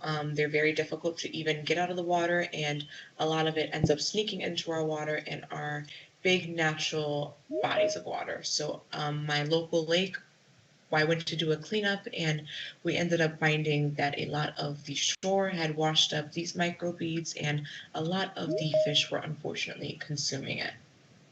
With that being said, you peers and I presented on these microbeads and got 100 caretakers, students, and teachers included to sign a pledge to never use or purchase any product like a soap or a cosmetic that contains a microbead. In 2019, Illinois became the first state in America to sign the bill to stop the production and the selling of any products that contained microbeads. This was why my work was worth it. This was a little goal set and accomplished to succeed the long-term goal. This was a little step that got us closer to a sustainable planet. This success set a legal precedent for future generations. This showed my daughter and all other future caretakers that no matter how little or big their action is, it is the effort that matters. It is us making the effort to change our lifestyles and create this responsibility into a daily act. One by one contaminant, I believe we can get all of our water back to the healthy and biodiverse habitats that we all know and love. So alongside my studies at the university, I have a small business where I provide holistic healing advice and sell products that can better your body and appearance, but not at the expense of our animals or our planet. And it also has a low carbon footprint. I make sure to provide you with materials and tools that are able to be made within your home with a small list of ingredients. I always believe the least amount of ingredients you're putting towards yourself will be a cleaner response and a cleaner effect. I make actually a rice water spray, which is encouraging the growth of your hair, and I sell products like this rice water as all organic. I also make organic face masks, and if you do attend the virtual conference, you will see I am hosting a workshop to make your own. I will be posting on our alumni accounts what ingredients will be required, but like I said, I like to keep my recipe ingredient list small. One of the ways that my business supports sustainability of the environment is I offer discounts for those who return the jar that they purchased their product in. I like to use less glass and less product like plastic when I make my materials. I also buy my rice for my rice water spray in bulk from a local Korean market and use water that comes directly from the fresh Great Lakes out of my tap.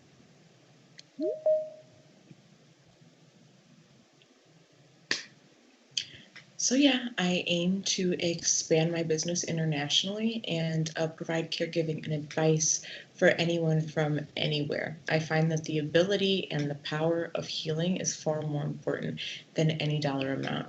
To find more information regarding my work, you can find me on Instagram, on any of my social media, as I have left the handles down below, or my business account at Asili. The name of my business is from the Swahili word that means natural. If there's one thing I want viewers to take away from today's presentation or about my brand is that we are all Asili. One product at a time, we can transform our planet into a world that advocates creativity with less consumerism at the expense of our planet. Remember, caretakers, Twende Asili. Let's go natural. Thank you for making the video, Mrs. Nadia. It is very inspiring, and now we have more valuable thoughts. It is absolutely great, and through the sustainability with your project, it is indeed a green action. So, Mrs. Nadia, do you might want to do a presentation, maybe just a bit more information about your sustainable cosmetics project? Yeah, so first and foremost, I want to say thank you all for having me here. I really appreciate the opportunity and to be on this platform and speak about it. Like I was saying in my presentation, it is very important for me to educate everyone on this call, even the younger students, and the responsibility to make sure what we're consuming and what we are spending our money on is valuable and is inherently helping our planet. Like I said, it is our responsibility, and we cannot rely on our excuses, especially in times like the pandemic where we feel like we can't go outside, that we can't take care of ourselves or the planet. With that being said, we must use and take this time to our advantage and take the time to take care of ourselves. And like I said, we can do it in small amounts of effort. I like to purchase my products at a very cheap price. I like to buy everything that I use in bulk so that I know exactly how much I'm spending and how much carbon footprint is being used for my products to be created. Like I said, relationships with the environment, they can only work if we're willing to put in the effort, and if we're destined to make this choice last for a lifetime. We don't want to make it a temporary decision. We want to continue this and create it into a lifestyle. I will be providing more information regarding my workshop. I am very excited to show you all how to make some of my products, and you will see that it is very simple and very easy if you follow a small ingredient list recipe. Okay, then, Mrs. Nadia, thank you so much for the sharing session. I hope everything could have more insight from your explanation. Thank you so much. But Mrs. Nadia, I would like you to keep in touch, because after the explanation from another speaker, there will be a Q&A session for you. So I suggest you should keep in touch, Mrs. Nadia. Thank you. Okay, thank you so much. Now, I would like to move on to the next session. One moment, please. All right then. So, next up, we have a person who has a position as the head of brand ISAC International. Please welcome Kak Dandi Zakiesa. Hello, Kak Dandi. Hello. Can you guys How are things going? It's great. It's great. Wait, I'm gonna change my background. Sorry. But I haven't got so I just used something in here. I think, yeah, a background. Okay. Yeah. Yep. So take it away, Kak Dandi. So I can start now? Yes. Okay. So I'm gonna share my screen right now. Give me a second. Take your time. Can you guys see my screen right now? Yes, you can see your screen. Okay. Hello, everyone. Good morning, good afternoon, good evening, or anytime you are in right now. So welcome to my sessions. Today, with me, I'm going to talk about empowering people with technology. So this topic will be a bit different than what we already get from the previous speaker. And on the previous speaker, they talk about environment, they'll talk about natural things. In my session, we're gonna talk about the one who run it, which is the people, us, and how we can empower others that maybe doesn't know about the importance of environment with technology. So let's go to the sessions. But before we really get into it, I'm gonna introduce myself a bit. So my name is Dandi Zakiesa, and currently I'm the head of marketing data analyst and lead brand designer of ISAC International. And I'm also actually still a student, a bachelor student in ITB, Bandung Institute Technology in Indonesia. Is my final year. I'm studying product design. And if you want to connect with me, you can follow me on Instagram at dan.z, or you can go to my website at dandz.com. And so a bit about ISAC is actually the same organization like you, but we are more focusing on leadership. This is a picture of our conference in India when everything is still normal. But right now, just like what you guys did right now today, we are transforming into digital life. So it's really different conference, right? When you are in here, you can meet each other, you can greet people from another countries, you can say hello with different language, maybe like hello, guten morgen or something. But right now, the feeling is so different. Like we are on digitalized, like everything on chat. We are just seeing our screen, so it's really different. But that's okay. It's still the same conference. And in Isaac, I'm actually also working as the brand designer. This is the current work that I'm working on. So we just launched our new brand like back in July. You can check it on the website isaac.org. But let's go back to the topics. So today's the objective of our topics, of my topic, will be gonna be like this. So the first one, I'm gonna talk about 2020, the era of superheroes. It's interesting, right? The era of superheroes while we are on the pandemic, while we are working at home. And the second one, I'm gonna talk about the superhero secret recipe. And the third session and the third sections, I'm gonna talk about how to activating your superpower with technology. So yeah, let's go to the first section, which is the era of superhero. If you guys open the search engine, you open Google, Bing, or Yandex, or any search engine that are available on the internet, you guys gonna find out that the definition of superhero is someone who have a superpower that a normal person could not. So it's just a limited person or gifted person who get that. So people like us, it's impossible to get superpower. That was the definition that I got from the internet. But right now, in 2020, everyone can be superhero. The definition is changing. Like right now in the pandemic, doctors are the superhero because the doctors save hundreds of lives, right? Without them, without their jobs, maybe our humanity will be gone because there's no doctors who save us. And then another job, the superheroes, is also the cleaning service because they are keeping our environment safe, they're keeping our environment clean, our place clean. So we need to be thankful and grateful for them because they're keeping our environment really good. And then there's also us. This is actually my project back in 2018 about environment because we are also the superheroes. We are talking about environment and the importance of environment. And so let's get deeper to this project. So this project back to 2018, we are going to a rural village in Bandung. The village is actually like a slum village where they don't know about the importance of environment. They don't know that trash can be harmful to the world. So what we do back then, we are teaching the kids, we teach them how to do reduce, how to do reuse, how to recycle, and we teach them, we taught them that we can transform a product into something that really important, like maybe like a bag or something that valuable. And we are also making the village much more better with much more green. We are recycle a lot of products into something that can be used. But in every superhero stories, of course, there's a villain, right? So it's really interesting in here.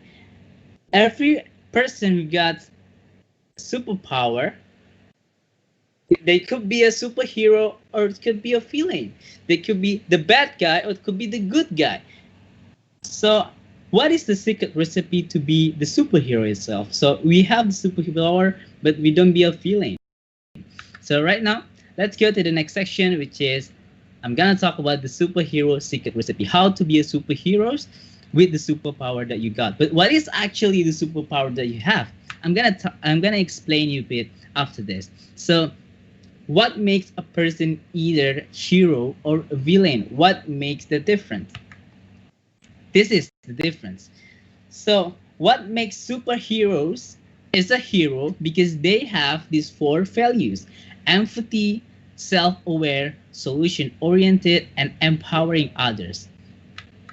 Empathy is about understanding. Empathy, wait, there is a WhatsApp notification. Wait, I'm gonna turn it off. Sorry. Okay, let's go back. Empathy is about understanding each other, is about We are living as human, even though we have a different race, we have a different religions, we have a different ethnicity, but we are still a human. So we need to make sure that we have empathy. We are caring each other. We care to the environment.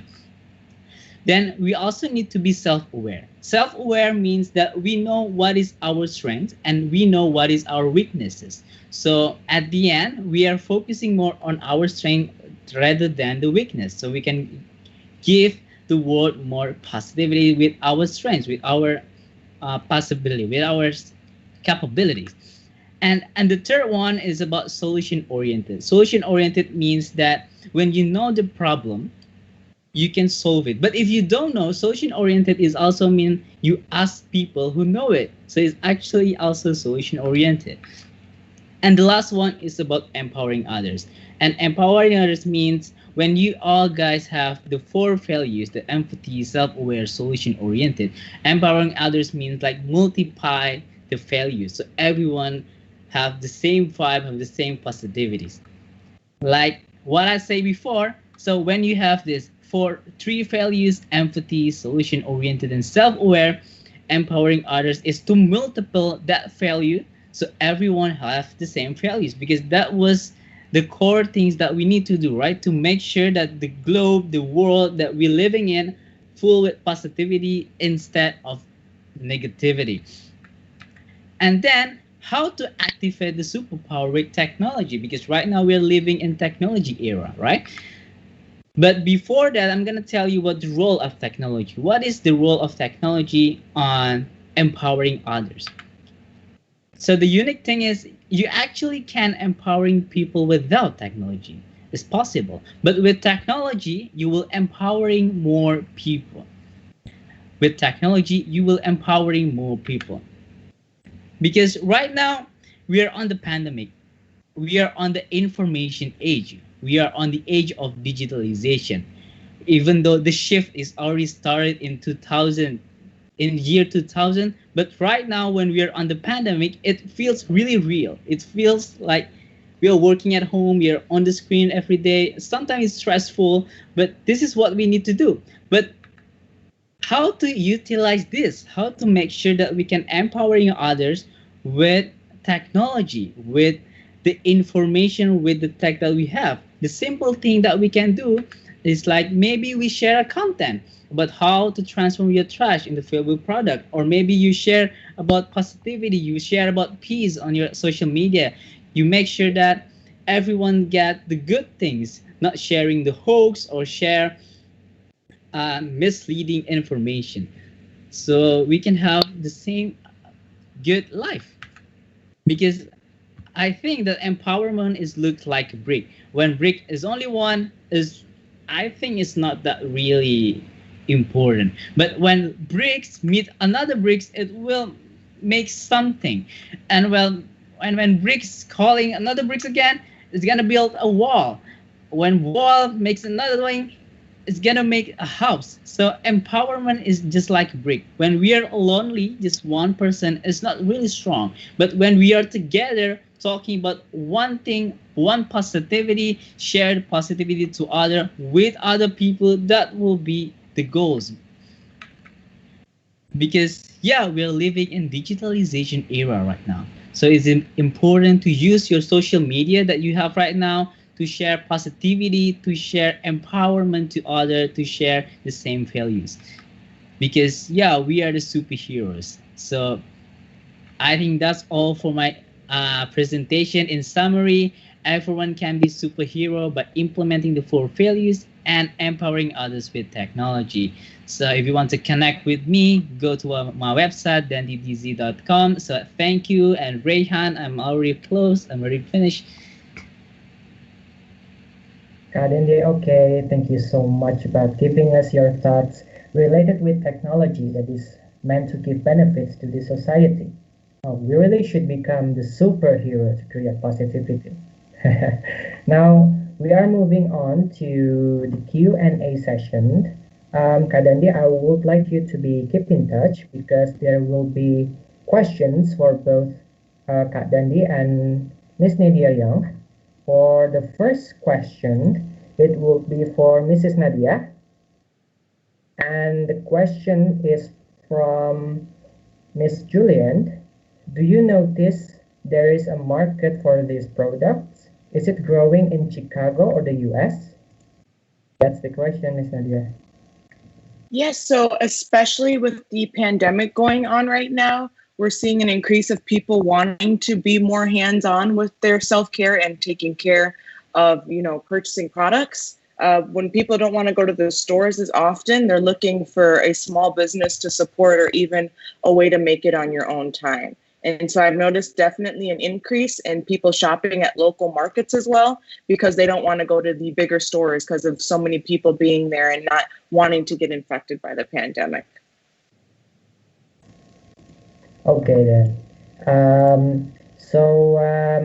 Next question for Kak Dendi. This question is from Nadia, Miss Nadia Young herself. So the question is, how do we get younger students excited to become a superhero?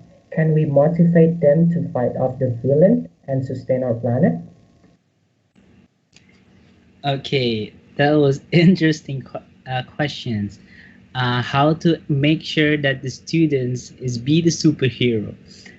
First, of course, you need to really serious on learning, because learning is the fundamentals. What is it called? The fundamental things that you need to know, because without learning, without knowledge, you will not be a superhero. It will be really important for you when you are learning really seriously and really knowing what is happening in the world. So that actually the answer from me. I don't know is that even answering, but that was the answer for me. Fool yourself with knowledge. Then when you know what is your strength and weaknesses, focus more on your strength and make sure that your strength was something that can benefits to the environment and the society. Okay, we would like to move to the next question for Mrs. Nadia. We have this student research about the use of natural resource for cosmetics as such lip balm. Can it be the one of Green School program? Can you make a suggestion? Yeah, so right now in particular is the best time to start having students be more interactive with self-care. With social media and all of the internet, we are constantly advertised to purchase outside products, and we find that they aren't the best for our environment. So we can do our own products, and we should be posting that instead. We should be informing and educating others how important it is to make your own, rather than agreeing to these advertisements we see and the pressure we feel from the media to purchase these products. So I think that it is a great idea to host different workshops within your school, try different products, even try recipes for cooking as well. It's very important to teach students that they don't always have to purchase from an outside source, when we can start within our homes, knowing that we have so many beautiful and fresh produce around us. Okay, we got another question for Nadia. Do you think people have been moving to a sustainable lifestyle more or so now during the COVID-19 crisis? What small changes do you think we can make today to make our lifestyle more sustainable? Yeah, so especially in Chicago, a lot of people go to salons to get their hair and their nails, things like that done. Recently, because of the pandemic, you're seeing less of that. I have a lot of friends who are talking to me now when they were used to going to outside sources to get these things done. Now they're looking to me to see how they can do it at home, how they can be more self-sufficient. So you definitely see an increase of that right now. Okay. There is also another question, if you don't mind, Miss Nadia. My friend this question is from Zaki. My friend have a research about eco-friendly soap, but my friend still looking for an eco-friendly packaging for the product. Do you have an advice for eco-friendly packaging for cosmetics like soap?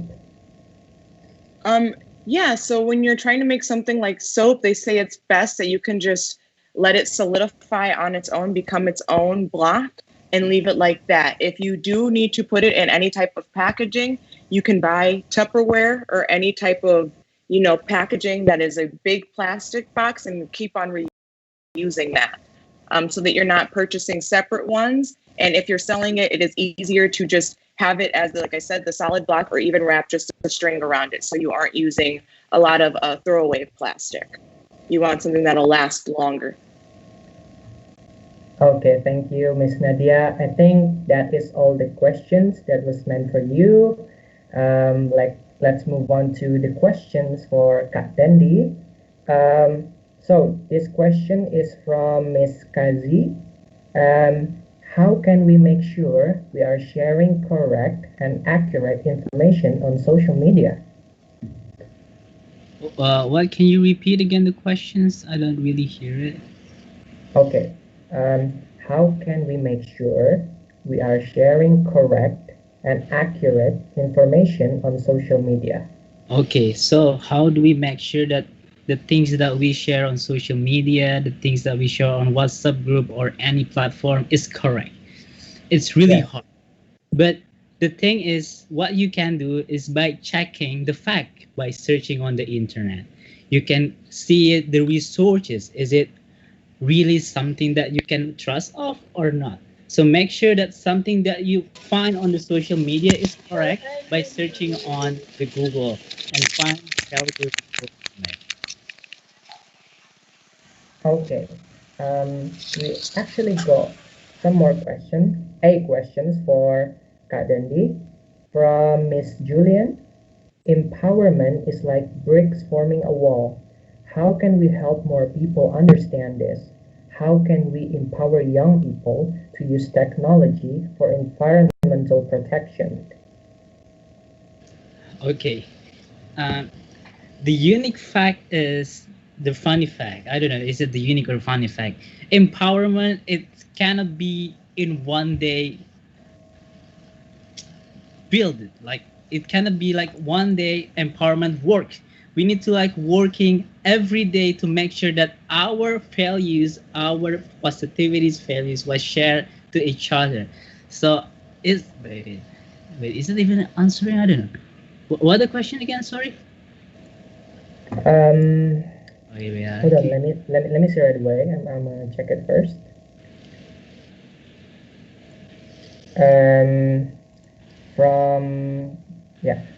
How can we make sure we are sharing correct and accurate information on social media? I think that's already. Oh, yeah, okay, my bad. Okay, this is the question. Empowerment is like bricks forming a wall. How can we help more people understand this? How can we empower young people to use technology for environmental protection? Okay, so how do we use the technology that we have by utilize the social media? Like example, if you guys are active on TikTok, you guys can make a TikTok video that empowering others to maybe save nature, or maybe a TikTok video about anything that you guys concern. So it's actually up to you, up to your creativity. So yeah, that was the answer for me. Okay, then that will be all the questions for both Kak Dendi and Mrs. Nadia. But before we close this session, is there anything more you'd like to say? Message for the youth, maybe? Who would like to share first?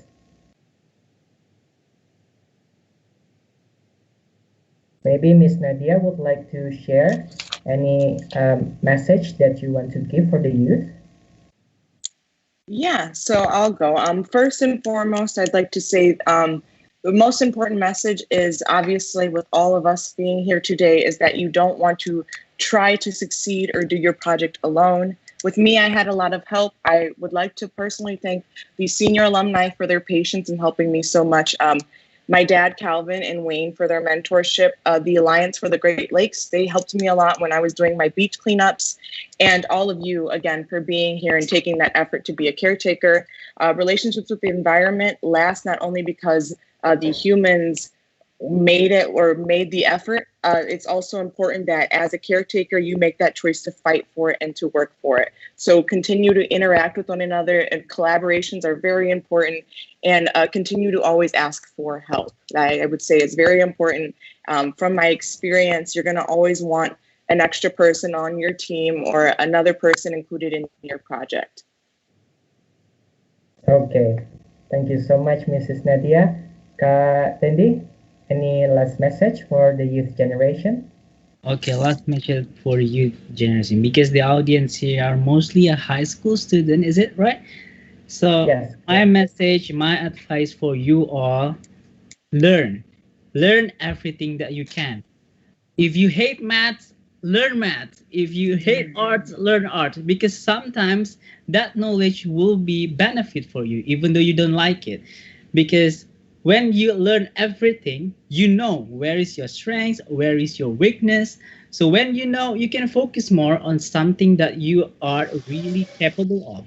So if you are not really enjoying your study, just enjoy it first. Just enjoy it, love your teachers, because this is the time that you are lucky, because you can search everything on the internet, something that the old generation cannot do. So make sure that you use the technology for positive, and make sure that you empowering others with technology in positive way. So at the end of the day, we are living in harmony, we are living in peace, because that was the things that we want, right? We don't want a war, we don't want something that not benefit. We don't want something bad coming for us. So share peace, share positivity, share love, and enjoy your experience.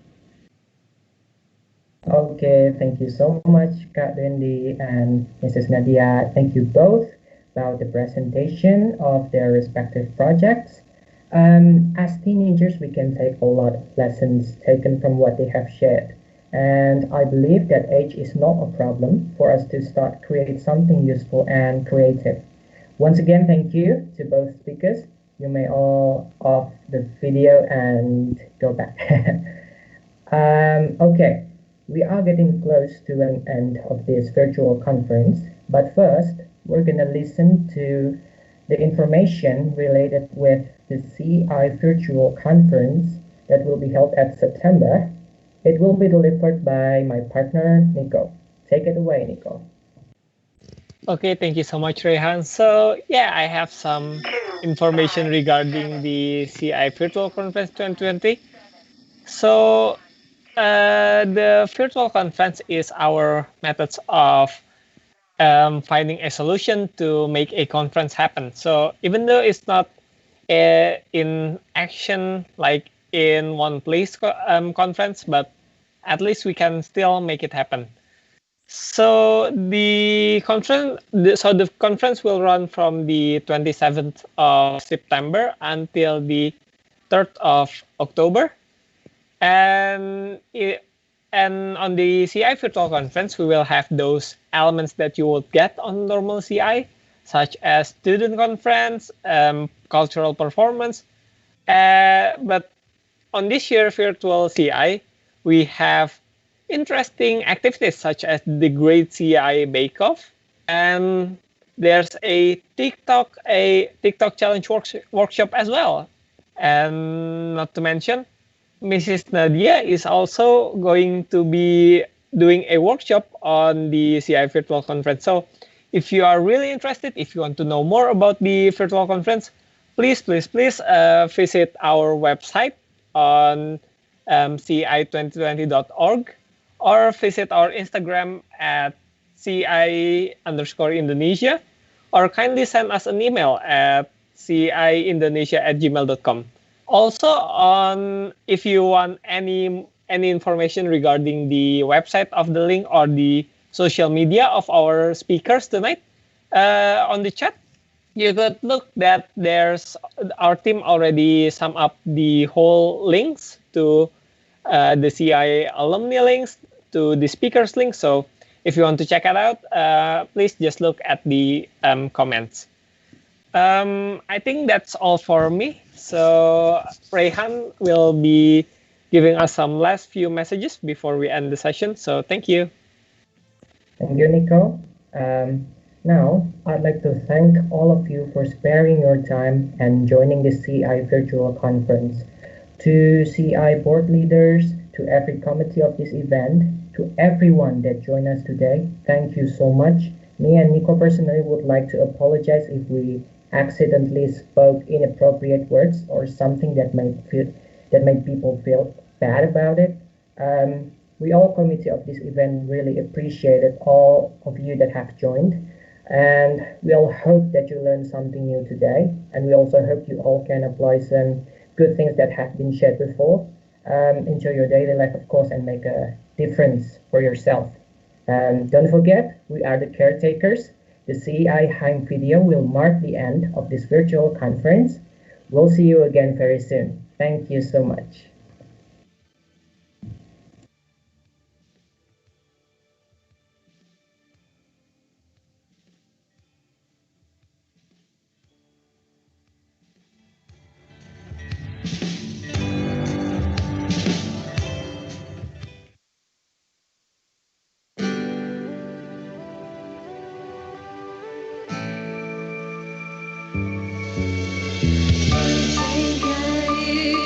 We are the caretakers.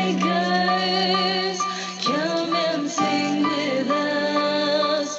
We are the caretakers.